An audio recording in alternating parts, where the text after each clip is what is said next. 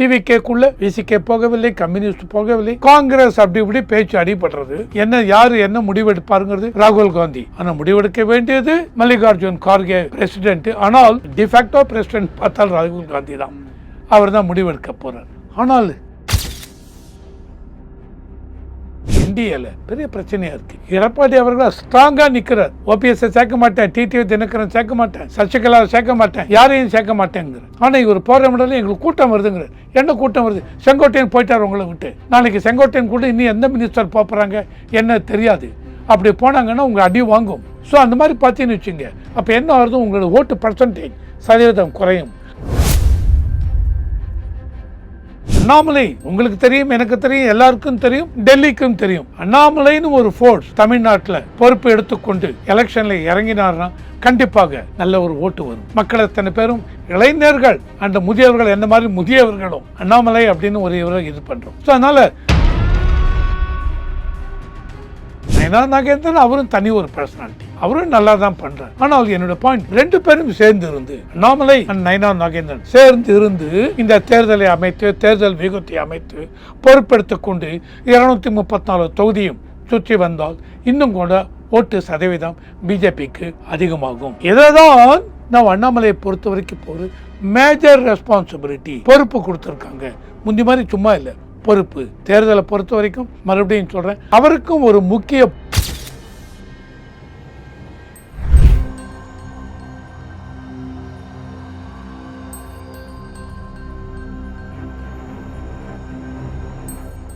Real one நேயர்களுக்கு வணக்கம். இன்று நம்மளுடைய நேர்காணலுக்கு அரசியல் விமர்சகரான திரு ரவிசங்கர் அவர்கள் இணைஞ்சிருக்காங்க. சார் வணக்கம். வணக்கம். வணக்கம். அண்ணாமலையினுடைய திடீர் டெல்லி பயணம், அவர் டெல்லி எதுக்காக போனார் அப்படிங்கிறது அவருக்கு தான் தெரியும். நம்மளாம் வந்து திடீர் பகீர் அப்படிங்கிற மாதிரி நிறைய விஷயம் வந்து சொல்கிறோம். பட் போய் சந்தித்த நபர்கள் அப்படிங்கிறது வந்து உண்மையிலே வந்து பகீர் நபர்கள் தான். அமித்ஷா அவர்களை சந்திச்சிருக்காங்க, சந்திச்சிருக்காங்க. அதே மாதிரி சந்தோஷ் அவர்களை பார்த்திருக்காங்க, ஆர்கனைசிங் செக்ரட்டரி. எல்லாருமே பாஜகவினுடைய ஒரு முன்னணி நிர்வாகிகள் தான். எதற்காக இந்த சந்திப்பு சார்? எலெக்ஷன் நெருங்கி வருதுங்க, எலெக்ஷன் நெருங்கி வருது. அதாவது எதிர்கட்சி திமுக கூட்டணியில் இதுவரைக்கும் எந்த ஒரு சலசலப்பும் இல்லை. பெரிய அளவில் சலசலப்பு இருக்கு, பெரிய அளவில் இல்லை. அதனால அவங்க இதில் கூட்டணி இன்னி வரைக்கும் அதே கூட்டணி அப்படியே இருக்குமா என்ன, அப்படியே தான் இருக்குங்கிற மாதிரி ஒரு எதிர்பார்ப்பு. அப்படியே சலசலப்பு வந்தாலும் எதில் சலசலப்பு வரும் சார்? எனக்கு சீட்டு போன தடவை நீங்கள் விசிகேக்கு 6, சிபிஐ 6, சிபிஎம் 6, காங்கிரஸ்க்கு 24 கொடுத்தீங்க. இப்போ அவங்க என்ன சொல்லுவாங்க? இல்லை மாறாது, டபுள் டிஜிட் வேணும் அப்படின்னு கேட்பாங்க. யார்? காங்கிரஸா? காங்கிரஸ் ஏற்கனவே டபுள் டிஜிட் தானே, 24. இந்த இன்னும் அதிகமாக ஒரு 50 கேட்பாங்க. அதான் அந்த சிபிஐ, சிபிஎம், விசிகே மினிமம் 12-15 கொடுன்னு கேட்பாங்க. 15 கொடுக்க முடியுமா? முடியாது. ஏன்னா இவங்க 3 பேருக்குமே 15 போய் 45 ஆயிடுத்து. காங்கிரஸ் 40 85 ஆயிடுத்து. 85 ஆயிடுத்து. அப்படி பார்த்தா மீதி 139 தான் டிஎம்கே போட்டி போட முடியும். ஆனால் போன தடவை 188 இடத்துல டிஎம்கே போட்டி போட்டாங்க. மீதி 46 இடம் தான் மற்ற எதிர்கட்சிகளுக்கு கொடுத்தாங்க. மீதி 46 தான் கொடுத்தாங்க. ஆனா இந்த தடவை இவங்க என்ன சொல்லுவாங்க? இல்லைங்க, எங்களுக்கு அதிகமா வேணுங்க, நீங்க அதிகபட்சம் போச்சுன்னா 140 எடுத்துக்கங்க டிஎம்கே, மீதி 94 சீட் எங்களுக்கு கொடுத்தால்தான் எங்களுக்கும் இது பண்ண முடியும். ஒருத்தருக்கு மினிமம் 12-15 வேணும்பாங்க. அது அப்புறம் எப்படி சமாளிக்கிற வேற விஷயம். இதுதான் ஒரே இஷ்யூ. மற்றபடி ஆட்சியில் பங்கு அதெல்லாம் அந்த அளவுக்கு இதுவாக அவங்க கேட்கவில்லை. அப்படியே பங்கு நாளைக்கு 118 சீட் டிஎம்கேக்கு வந்துருத்துனால் ஆட்சியில் பங்கு கிடையாது. 118க்கு 110, 105 போயிடுத்துன்னு வச்சுங்க, ஆட்சியில் பங்கு கேட்பாங்க. ஆனால் அந்த பங்கு கேட்பதையும் எப்படி இவங்க இது பண்ணணும்? ஏன்னா 2006-11 பார்த்தீங்கன்னா டிஎம்கேக்கு 97 சீட்டு தான், 118 சிம்பிள் மேட்ச் 97 தான். ஆனால் அப்போ காங்கிரஸ் 63 சீட்டு அந்த மாதிரி கேட்டிருந்தாங்க. கேட்டாலும் 35-37 சீட் ஜெயிச்சாங்க. உடனே இவங்க 2006 தானே சொல்றீங்க, 7 சீட்டு 8 சீட்டை தான் வின் பண்ணாங்க. யாரு? காங்கிரஸ். இல்ல 63 நாயன்மார்கள் மாதிரி கேக்குறாங்க. 5 சீட்டு 6 சீட்டு பாண்டவர்கள் மாதிரி ஜெயிக்கிறாங்க அப்படிங்கிற இல்ல. டிஎம்கேக்கு 97 சீட், காங்கிரஸ் 35 அப்படி ஜெயிச்சாங்க. பிஎம்கேவும் 25+27 ஜெயிச்சாங்க. ஸோ டிஎம்கேக்கு நெருக்கடி. உடனே இவங்க சொன்னாங்க ஆட்சியில் பங்கு வேணும்னாங்க. உடனே கருணாநிதி அவர்கள் என்ன பண்ணார்? சோனியா காந்தி அவர்களுக்கு ஃபோன் பண்ணி சோனியா காந்தியோட பேசி இது வரைக்கும் தமிழ்நாட்டில் இந்த மாதிரி கூட்டணி ஆட்சியெல்லாம் பழக்கமே கிடையாது, நீங்கள் தான் ஹெல்ப் பண்ணணும்னு சொல்லி உடனே அவங்க காங்கிரஸ் ஸ்டேட் யூனிட்டுக்கு ஃபோன் பண்ணி யாரும் ஆட்சியில் பங்கெல்லாம் கேட்கக்கூடாது அப்படின்னு சொல்லி கருணாநிதி அவர்களுக்கு எங்களுடைய முழு ஒத்துழைப்பும் உண்டு, கூட்டணி ஆட்சியே வேண்டாம் அப்படின்னு 97 பேரை வச்சு ஆட்சி அமைத்தார். அதை தான் ஜெயலலிதா அவர்கள் அப்போது எப்போ பார்லிமெண்ட் அசம்பிளியில் பேசும்பொழுதும் மைனாரிட்டி அரசுன்னாங்க. அந்த மாதிரி இந்த தடவையும் இவங்க 110 சீட்டு தான் வருதுனால் ஆட்சியில் பங்கு கேட்பாங்க. அவர் இவங்க எப்படி சமாளிக்க போகிறேன்னு இதுதான் ஒரே பிரச்சனை டிஎம்கேக்குள்ள. மற்றபடி கூட்டணி அப்படியே தான் இதுவரைக்கும் இருக்குது. டிவிகேக்குள்ள விசிகே போகவில்லை, கம்யூனிஸ்ட் போகவில்லை, காங்கிரஸ் அப்படி இப்படி பேச்சு அடிபடுறது. யார் என்ன முடிவெடுப்பாருங்கிறது ராகுல் காந்தி. ஆனால் முடிவெடுக்க வேண்டியது மல்லிகார்ஜுன் கார்கே பிரசிடென்ட். ஆனால் டிஃபேக்டோ பிரசிடென்ட் பார்த்தால் ராகுல் காந்தி தான், அவர் தான் முடிவெடுக்க போகிறார். ஆனால் இதில் பார்த்தீங்கன்னு வச்சுங்க, என்டிஏல பெரிய பிரச்சனையாக இருக்குது. எடப்பாடி அவர்கள் ஸ்ட்ராங்காக நிற்கிறார். ஓபிஎஸ்ஸை சேர்க்க மாட்டேன், டிடிவி தினகரன் சேர்க்க மாட்டேன், சசிகலாவை சேர்க்க மாட்டேன், யாரையும் சேர்க்க மாட்டேங்கிற. ஆனால் இவர் போகிற இடத்துல எங்களுக்கு கூட்டம் வருதுங்கிற. என்ன கூட்டம் வருது? செங்கோட்டையன் போயிட்டார் உங்களை விட்டு. நாளைக்கு செங்கோட்டையன் கூட இன்னும் எந்த மினிஸ்டர் போகிறாங்க என்ன தெரியாது. அப்படி போனாங்கன்னா உங்கள் அடி வாங்கும். ஸோ அந்த மாதிரி பார்த்தீங்கன்னு வச்சுங்க, அப்போ என்ன ஆகுது, உங்களோட ஓட்டு பர்சன்டேஜ் சதவீதம் குறையும். அதனால் டிஎம்கே பிஜேபியோட எண்ணம் டிஎம்கே ஆட்சியை விட்டு அகற்ற வேண்டும், அது சரியாக வராது. இதையும் தாண்டி பிஜேபிக்குள்ளேயே அண்ணாமலை வேணும்னு ஒரு ஃபேக்ஷன் இருந்தாலும் அண்ணாமலை அவர் கிளீனாக சொல்கிறார், இல்லை நம்ம இப்போ நம்ம இது நான் வரதெல்லாம் முக்கியம் இல்லை, நயனா நாகேந்திரன் இருக்கார், அவரை வச்சு நம்ம போகணும்னு தான் சொல்கிறார். இருந்தாலும் மற்ற பிஜேபிக்கு உள்ளேயே கொஞ்சம் அப்படியே ஒரு இது இருக்குது. ஸோ இப்போ என்ன அப்படின்னா, அண்ணாமலை உங்களுக்கு தெரியும், எனக்கு தெரியும், எல்லாருக்கும் தெரியும், டெல்லிக்கும் தெரியும்.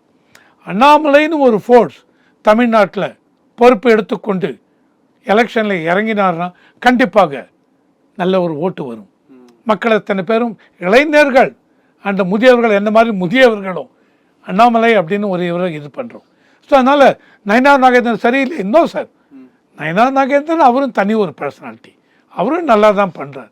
ஆனால் என்னோடய பாயிண்ட், 2 பேரும் சேர்ந்து இருந்து, அண்ணாமலை அண்ட் நயனார் நாகேந்திரன் சேர்ந்து இருந்து இந்த தேர்தலை அமைத்து, தேர்தல் வியூகத்தை அமைத்து பொறுப்பெடுத்து கொண்டு 234 தொகுதியும் சுற்றி வந்தால் இன்னும் கூட ஓட்டு சதவீதம் பிஜேபிக்கு அதிகமாகும்.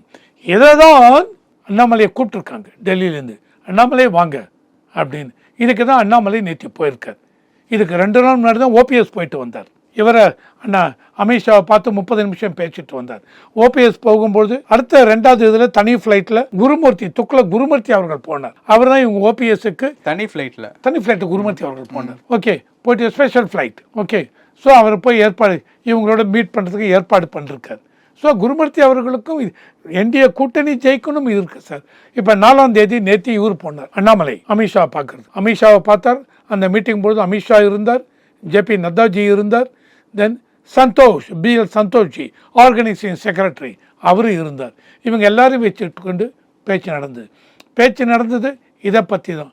பிஜேபி ஆர்கனைசேஷன் பற்றி, எலெக்ஷனை பற்றி, எலெக்ஷன் ஸ்ட்ராட்டஜியை பற்றி. இவங்களெல்லாம் இன்னும் இவர் சேர்க்காமல் இருக்காரு எடப்பாடி, இன்னும் இப்போ என்ன பண்ண போகிறோம்? ஏன்னா எல்லாருக்குமே தெரியும், ஓபிஎஸ், டிடிவி தினகரன், சசிகலா அம்மையார் அவங்களுக்கு இந்த பெல்ட்டில் முக்களத்தார் வாக்கு அதெல்லாம் ரொம்ப அதிகமாக இருக்குது. அதனால் அந்த பெல்ட்டில் இவங்களுடைய பங்கு அப்படிங்கிறது யாருமே நெக்லெக்ட் பண்ண முடியாது, அந்த அளவுக்கு இருக்குது சார். அசம்பிளி எல்லாத்துலேயுமே ஓட்டு சதவீதம் ஜெயிக்கிற தோக்கிற மார்ஜின் 5000, 6000, 7000, நாட் லைக் பார்லிமெண்ட் அவ்வளோதான் இருக்கிறச்ச கண்டிப்பாக இவங்க 3 பேரையும் ஒதுக்கி வைத்து விட்டு அந்த இடத்துல நீங்கள் டிஎம்கேவெல்லாம் ஜெயிக்க முடியாது. ஸோ இவங்க எல்லாருமே வேணும். ஸோ இவங்க எல்லாருமே உள்ளே கொண்டு வரணும். இது அண்ணாமலை நீங்கள் என்ன பண்ண போகிறீங்க, எப்படி பண்ண போகிறீங்க? அண்ணாமலை ஆல்ரெடி டிடிவி தினகரனோட பேசிவிட்டார். தென் ஒன்மாரி இவங்க கூட பேசினார், ஃபுகாட் தி நேம், அவங்களோடையும் பேசியிருக்கிற அண்ணாமலை. ஸோ இதுதான் அசைன்மெண்ட்டு. ஸோ இதுக்காக தான் அண்ணாமலையை கூப்பிட்டு பர்சனலாக கூப்பிட்டு பேசியிருக்கார். உடனே இவங்க என்ன மீம்ஸ் யூடியூபெல்லாம் போட்டாங்க. உடனே அண்ணாமலை மீண்டும் தலைவராகிறார். இல்லை, நான் அடித்து சொல்லுகிறேன், தலைவராகவில்லை. ஏன்னால் பிஜேபி ஒரு அவ்வளோ பெரிய பார்ட்டி, நயனார் நாகேந்திரன்ஜே கொண்டு வந்திருக்கேன். அனதர் 3 years, இது என்னுடைய ஒப்பீனியன். அவர் தாங்க இருப்பாருங்க. அண்ணாமலை அவருக்கு ஒரு முக்கியத்துவம் கொடுத்து இந்த தேர்தலை எடுத்து பண்ணணும் அப்படின்னு அண்ணாமலையும் எனக்கு தலைவர் பதவின்னு அவர் கேட்கவில்லைங்க. அவருக்குன்னு தெரியுங்க என்ன ரெஸ்பான்சிபிலிட்டி. அதனால தான் எல்லாருமே அண்ணாமலை ஒரு தலைவர்னு ஏற்றுக்கிறோம். ஸோ அவருக்குன்னு தெரியும். அதனால் பிஜேபி தமிழ்நாடு ஸ்டேட்டுடைய யூனிட்டாக அவருக்கு மறுபடியும் போஸ்ட்டு கொடுத்தா தான் அண்ணாமலை வரேன்னு சொல்லவில்லை. போஸ்ட்டும் கொடுக்க மாட்டாங்க இப்போதைக்கு. அடுத்த 3 வருஷம் நயினார் நாகேந்திரன் தான். அதுக்கப்புறம் மேபி மறுபடியும் அண்ணாமலை வரலாம். ஏன்னா பார்லிமெண்ட் எலெக்ஷன் 2029 அதில் பார்லிமெண்ட் எலெக்ஷன். ஆனால் இன்றைக்கி அண்ணாமலை போயிருக்கிறது இந்த ஸ்ட்ராட்டஜி தான், போல் ஸ்ட்ராட்டஜி. எப்படி பண்ண போகிறோம், என்ன பண்ண போகிறோம், எந்த விதத்தில் நமக்கு உங்களுடைய வியூகத்தை பொறுத்த வரைக்கும் இன்னைக்கு தேதிக்கு நம்மளுடைய கூட்டணி எப்படி இருக்குது, என்ன மாதிரி ஓட்டு வரும், இந்த கூட்டணிக்கு இன்னும் யார் யார் வரப்போகிறாங்க, பிஎம்கே வரப்போகிறாங்களா, டிஎம்டிகே வரப்போகிறாங்களா, வேறு யார் வரப்போகிறாங்க, இவ்வளவும் தாண்டி இதெல்லாம் வச்சு எவ்வளோ ஓட்டு வரும், என்ன ஆன்டி இன்கம்பன்சி ஃபேக்டர் டிஎம்கே இதுக்கு என்ன இருக்குது, நேற்று நடந்த இந்த இது அந்த ஃபேக்டர், கார்த்திகை தீபம் இஷ்யூ, அதில் ஏதாவது பிரச்சனை இது வருமா, இது எல்லாத்தையும் கூட்டி கழித்து பார்த்து டிவிகே பார்ட்டி தனியாக இருக்காங்க விஜய், அவங்களால நமக்கு ஏதாவது ஓட்டு சேதம் வருமா, டிவிகே பார்ட்டி அவங்க ஓட்டு பூரா டிஎம்கே ஓட்டை தான் பிரிப்பாங்களா, இல்லை ஏடிஎம்கே ஓட்டையும் பிரிப்பாங்களா, இதெல்லாத்தையும் தான் அண்ணாமலைகிட்ட பேசியிருக்காங்க. அண்ணாமலை இதுக்கு பதில் சொல்லி நான் அண்ணாமலையை பொறுத்த வரைக்கும் இப்போ ஒரு மேஜர் ரெஸ்பான்சிபிலிட்டி பொறுப்பு கொடுத்துருக்காங்க. முந்தி மாதிரி சும்மா இல்லை, பொறுப்பு. தேர்தலை பொறுத்த வரைக்கும் மறுபடியும் சொல்கிறேன், அவருக்கும் ஒரு முக்கிய பொறுப்பு உண்டு, அவ்வளோதான். இப்போ அண்ணாமலையை கூப்பிட்டு அவங்க பேசினதுக்கு உண்டான காரணம் இங்க தமிழ்நாட்டில் இருக்கக்கூடிய பாஜகவிற்கு யாருக்காவது வருத்தத்தை ஏற்படுத்துவதற்கு உண்டான வாய்ப்புகள் இருக்கா? ஏன்னா தலைவர்னு இங்க ஒருத்தர் இருக்காரு, அண்ணாமலைக்கு எந்த விதமான பொறுப்புகளும் இல்லை, அவரை ஒரு முன்னணி நபர் மாதிரி கூப்பிட்டு பேசுறதுனால இங்க ஏதாவது விஷயங்கள், அதாவது ஈகோ கிளாஷ் மாதிரி கேட்குறேன். ஒரு ஈகோ கிளாஷும் வராதுங்க. அதாவது நீங்க எல்லாமே லீடர்ஸ் அப்படின்னா அந்த லீடருக்குரிய இதுவோட நீங்கள் நடந்துக்கணும். உங்களை கூப்பிட்டு பேசினார், நயினார் நாகேந்திரன் கூப்பிட்டு ஒரு வாரம் முன்னாடி நம்ம போனார், பேசிட்டு வந்தார். இப்போ அண்ணாமலையை கூப்பிட்டுருக்கார். அண்ணாமலையை கூப்பிடுறது அவர் கொஞ்சம் அப்படியே ஓரமாக ஒதுங்கி இருந்தார். நீங்கள் எல்லாருமே பார்த்துருப்போம். பிரைம் மினிஸ்டர் வரும்பொழுதும் இப்போ ரீசெண்டாக வந்தார் இல்லையா இங்கே கோயம்புத்தூரில், இவர் ஏர்போர்ட்டில் அந்த இதில் டார்மாக்கில் இருந்து ரிசீவ் பண்ணார். பிரைம் மினிஸ்டருக்கும் தெரியும் கொஞ்சம், அதான் எனக்கு இப்போ ஒரு பொசிஷனும் பொறுப்பு ஒன்று கொடுக்கவில்லைன்னு, தலைவர் பதவி வேணும், என்னை தலைவர் பதவி நீக்கிவிட்டார்கள், எனக்கு மனசு வருத்தம்லாம் அண்ணாமலை சொல்லவும் மாட்டார். ஏன்னா that is a leadership quality. எந்த பதவி இருந்தாலும் சார், தலைவராக இருந்தால் தான் இவ்வளோ தொண்டர்கள் கொடி பிடிச்சி ரோடாக போகிறாங்க சார், பிஜேபி ஜெயிக்கணும், இவங்க ஜெயிக்கணும்னு. அப்போ அவங்களுக்கு என்ன பண்ணுவீங்க? அத்தனை தொண்டர்களுக்கும் பதவி கொடுக்க முடியுமா? இதை தான் மேலே இருக்கவங்க புரிஞ்சுக்கணும். பதவி இருந்தாலும் பதவி இல்லாவிட்டாலும் பிஜேபியில் சொல்லுங்கள் சார், எதனால ஊர் பேர் தெரியாதவங்களும் ஏன் மேலே வராங்க? பிஜேபியோட இது அப்படி தான், 3 வருஷம் பதவி முடிந்து விட்டதால் வேற ஒருத்தர். அதனால் அடிமட்டத்தில் இருக்கவங்க கூட நாளைக்கு மேலே வரலாம். இட் ஆல் டிபெண்ட்ஸ் ஆன் எந்த அளவுக்கு நீங்கள் உழைக்கிறீங்க கட்சிக்காக, எந்த அளவுக்கு. அதாவது சும்மா சார் நல்லா இருக்கீங்களா நல்லா இருக்கீங்களா நல்லா இருக்கீங்களா எப்போ பாரு இந்த கமலாலயத்தை சுற்றி கொண்டு இருக்க வேண்டிய அவசியம் இல்லை. இழுத்து போட்டு வேலையை செய்கிறோம். Booth level agent, booth level இவங்க, அந்த லெவலில் பூத்தில் என்னென்ன பண்ணுறாங்க, இதையும் தாண்டி 3-4 பூத்தை சேர்ந்து சக்தி கேந்திர பொறுப்பாளர்னு இருப்பாங்க. நீங்களும் எப்படி உழைக்கிறீங்க, மண்டல் இவங்க எப்படி உழைக்கிறீங்க, அடுத்த லெவலுக்கு போவாங்க. இதுதான். அதனால் எந்த ஒரு தலைவரும் நான் 3 வருஷம் இருந்தால் மறுபடியும் என்னை தூக்கிட்டாங்க அந்த மாதிரி வருத்தப்பட மாட்டாங்க.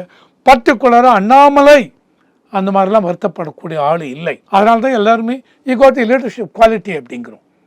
ஓகே, ஸோ அவரை பொறுத்த ஒரு பொறுப்பு ஒன்று. இந்த பொறுப்பு நயினார் நாகேந்திரன் அவர் தான் தலைவர், அவரும் போகிறார். நீங்களும் அவருடன் சேர்ந்து இருந்து 2 பேரும் சேர்ந்து இருந்து இந்த இதை எடுத்துக்கொண்டு எல்லாம் ஊராக 234 தொகுதிக்கும் போகணும் அப்படின்னு அவரையும் உள்ளே கொண்டு வராங்க.